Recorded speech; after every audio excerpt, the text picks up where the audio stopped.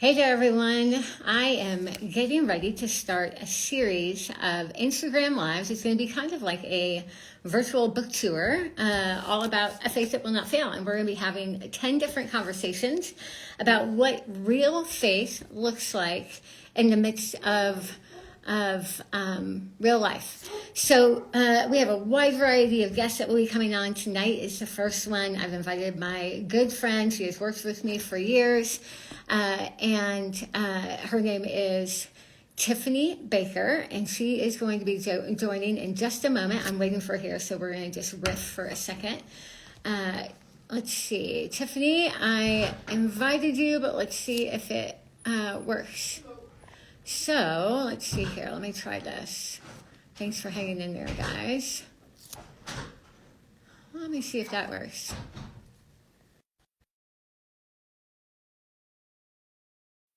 I see so many people jumping on. Beth, Team Donahue. I see Teresa, Wendy Doyle. So good to see all of you here. There she is. Hey, of course, I cut my own head off. So there we go. That's better.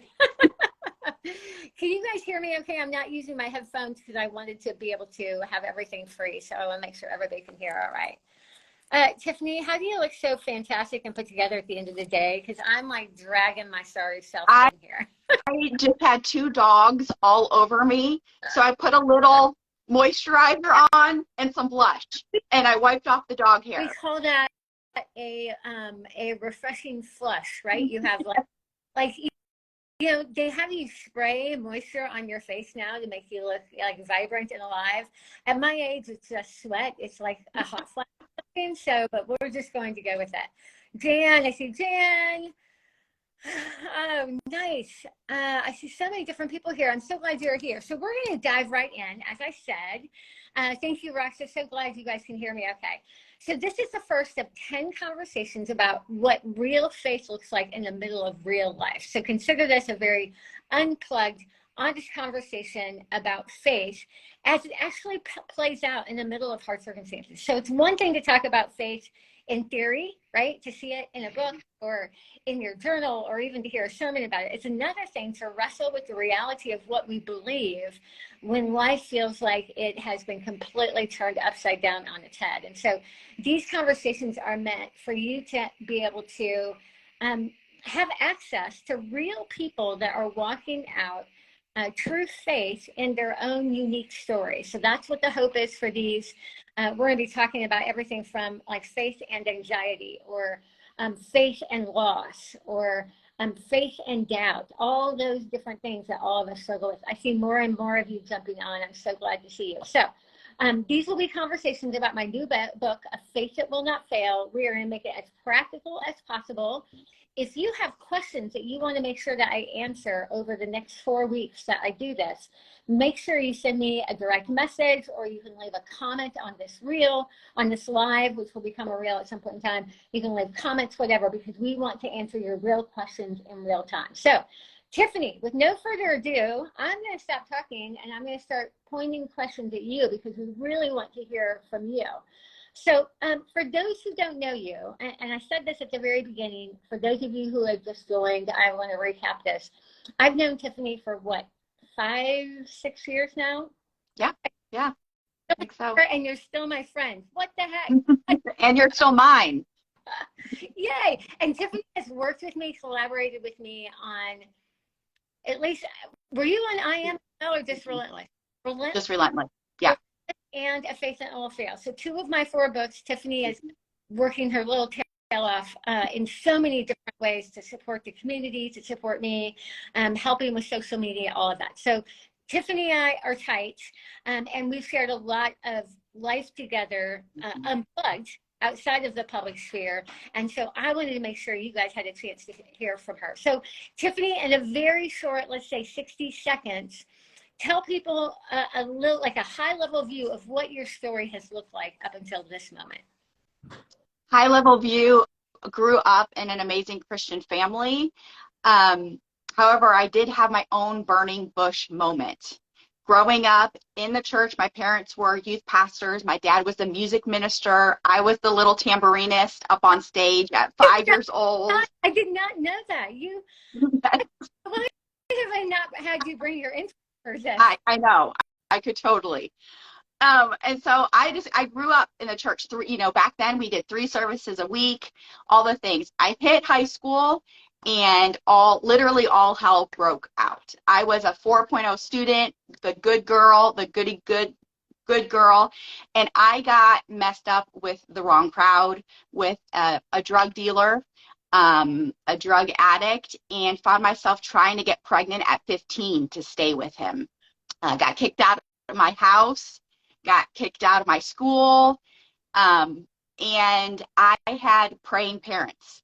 And my mom literally quit her job to pray and to fast because it was a spiritual battle. And she knew that it was a spiritual battle for my salvation, my soul, and for the call that she knew that God had on my life. Mm-hmm. And so it was literally like hell. Through all that, but by the grace of God, I had a burning bush moment at one point. He had given me an emerald ring. And this emerald ring to me signified our relationship. It was, even when, at home was awful, running was awful, all of it was awful, but this was like the thing I held on to, that thing that represented. Recap for a moment. You were 15 years. I was like 14 to 17. So yes, but at 15, I tried to get pregnant. Okay. Yes. And let me just note, I am very fertile because I have been a 3-time surrogate and gotten pregnant with my own children within the first month or 2 of trying to get pregnant. So it was God just shutting it down. Thank you, Jesus. A lot of people listening right now that have 14, 15, 16, 17-year-olds that they're praying for, and they feel like, because that's what happens is when I've parented 6 teenagers at this point. So we have those moments where we watch them dealing with different challenges and we think it's hopeless. So I just want to make sure those of you who are listening right now that you're really tuning into this, because you were that person, and look at you now, right? Okay, keep talking. I was that person, literally, I would sneak out all the time, and my mom would sleep by the door so I could not sneak out at night. We were in the fire. But this ring that my drug dealer boyfriend gave me, he was obviously abusive, or maybe not obviously, but he was very abusive. My parents took me out of like the biggest high school in Ohio to the smallest high school in Ohio, to a small Christian school to try to help me make good choices.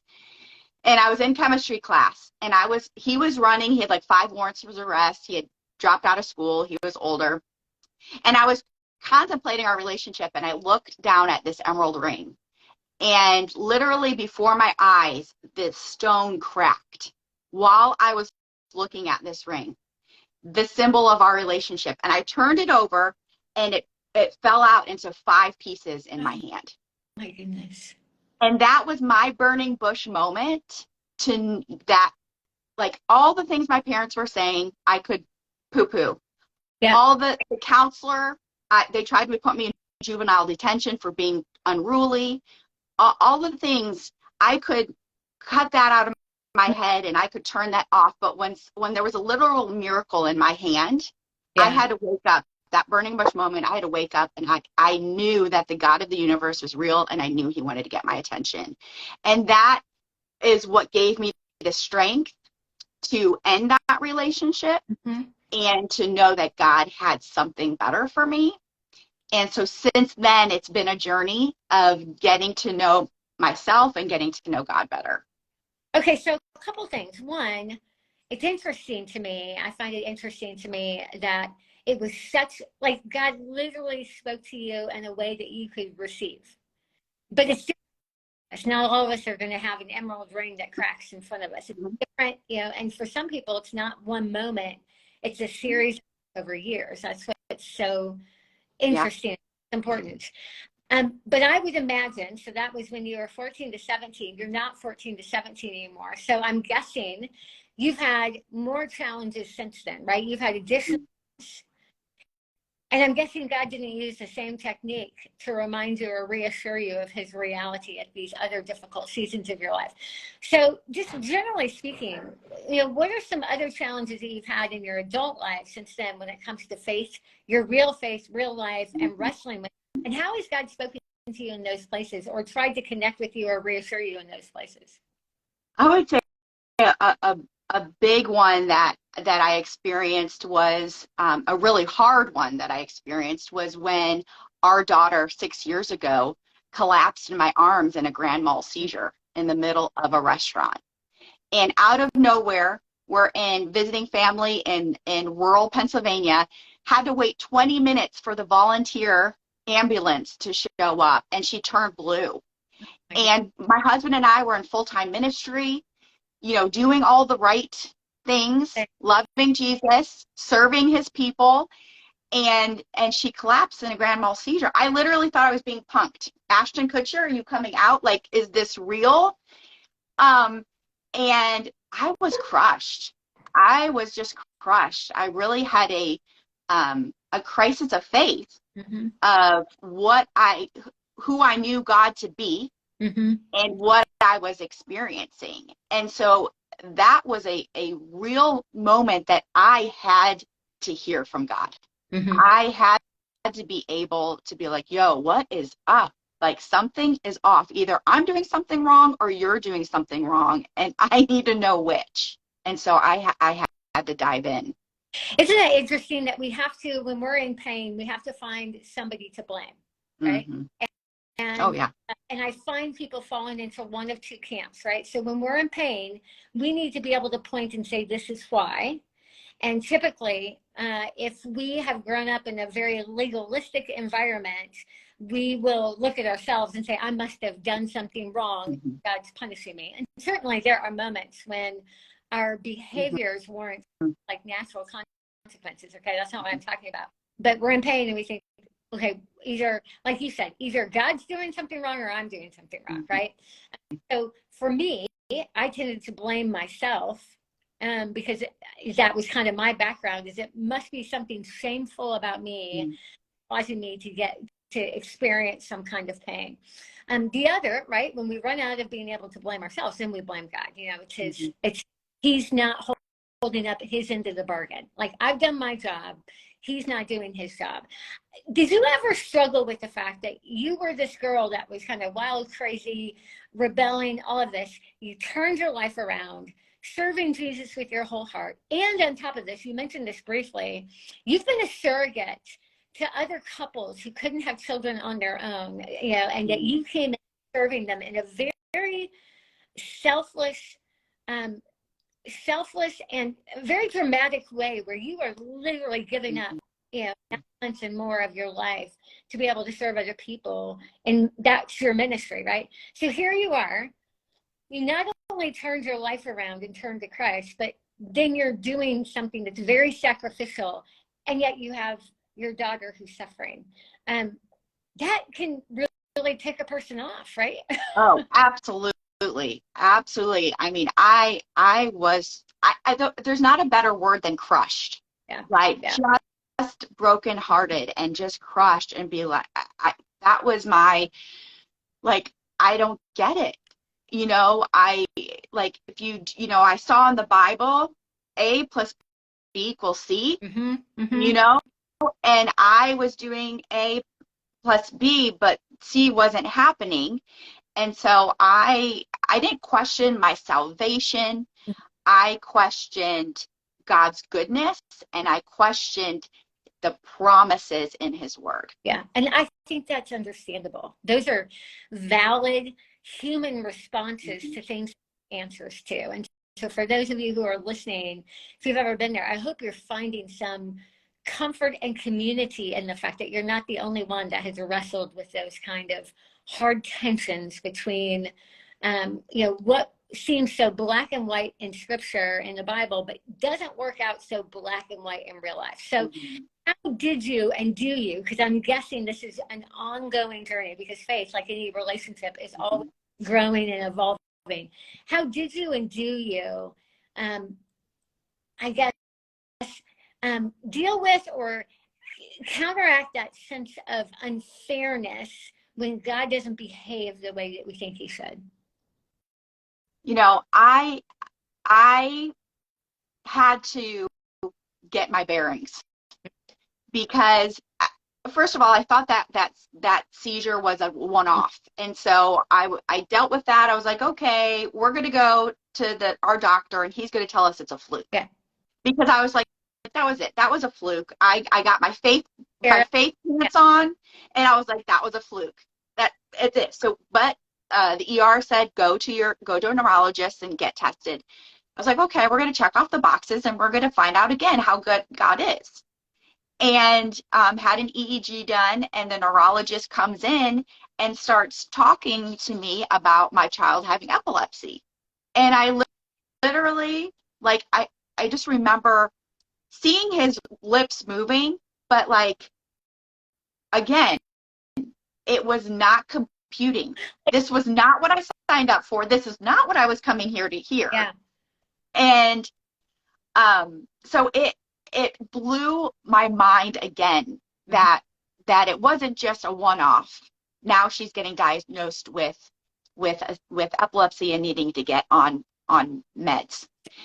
So again, overcome, but it's actually now a season or a journey, now permanent reality. Yeah. Yes. How accommodate your life to, but also accommodate your faith to. How do you? So what was your? What helped? So I had to dive in. I remember because after the appointment, my mom was meeting me and our daughter she was going to take Selah and go have a week. It was during the summer with her, grandma and grandpa. And I just broke down crying with my mom. And I was just sharing the diagnosis and I just lost it. And so what I had to do is once Selah and my mom left it was empty at home. It was quiet. No one was there. And I had to just get before the Lord. And I had to know what he said about this situation. Not what the doctor said, not what I'm saying, but what is he saying about it and about the journey. And there was a lot of tears. There was a lot of wailing. It was very ugly. That's important to point out because we think that when we're wrestling with these things that we have to be very put together about it. Somewhere along the way, we think spiritual means always, nice, neat, and polite, and all of this. Sometimes it's just ugly. It's just grief, right? It was so ugly. That's exactly what it was. Is grieving what I thought our life would look like, and now what I'm hearing this season would be like. Mm-hmm. And so I just had to put myself in there and just wait and just listen and seek. And wait, listen, and seek. Mm-hmm. And wait, listen, and seek. And recycle. And that's kind of the ongoing thing. It's mm-hmm. not like I know it's not like the situation has been resolved. It's not like you prayed that one day and everything's taken care of and perfect now. It's this constant wrestling, weeping, standing back up again and believing and doing the same thing again, right? What, for the person right now that's in a season that they never expected, they're dealing with something that they actually actively work to avoid, right? They've been working really, really hard to not have this hardship, and yet it's landed in their lap, whatever it may be. What, if you could say in one sentence or one kind of mantra or something for them to remember that they could hang on to, what would you say? I think it would go down to faith and suffering. Through this, I learned the "and" part of faith and suffering. I grew up in a very faith-filled group of Christians. I didn't hear much about the suffering side of Jesus. Yeah, I didn't hear much about that. So this was my crisis of faith of that it's an and that Jesus is with us in our pain, and he's provided a path to his promises. Oh, that's good. Say that again. Jesus is with us in our pain, and he's provided a path to his promises. So I to merge that faith and suffering. And so I would just encourage, if you're in that spot, that crushing spot, that he's with you in that. And we just got done celebrating Easter, and the work that he did on the cross, the stripes that he bore on his back, he gets it. He's fully human, fully God, so he's with you in the pain. He understands it. And because of the work he did on the cross, he's made a path to his promises. And so I think that can give us so much hope. Yeah. That's how we can grieve with hope. You know, those oxymorons that we can, the ands in the Bible and things that don't make sense. He is still with us. It's so fascinating. And it's really quite, the more I think about it, the older I get, the more stunning it is that the path to salvation had to go through the place of suffering, right? And we don't want that. We want the salvation to come going around. Like there has to be a detour that we don't have to go through it. And yet the entire gospel narrative is the fact that the salvation had to go through the suffering. Like the Israelites had to walk through the Red Sea to get to the promised land. When Abraham cut the covenant, he walked through the broken pieces to receive the promise. I mean, we see this kind of metaphor, this image over and over and over again in the Bible.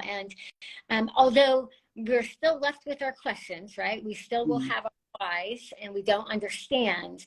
At least we see the pattern that God set before, that he was the one that walks through the suffering in order to secure the promises and the salvation, which is ultimately what we want for ourselves and Selah and and everybody. So Tiffany, thank you. Thank you, Michelle. Thanks for being willing to share your story.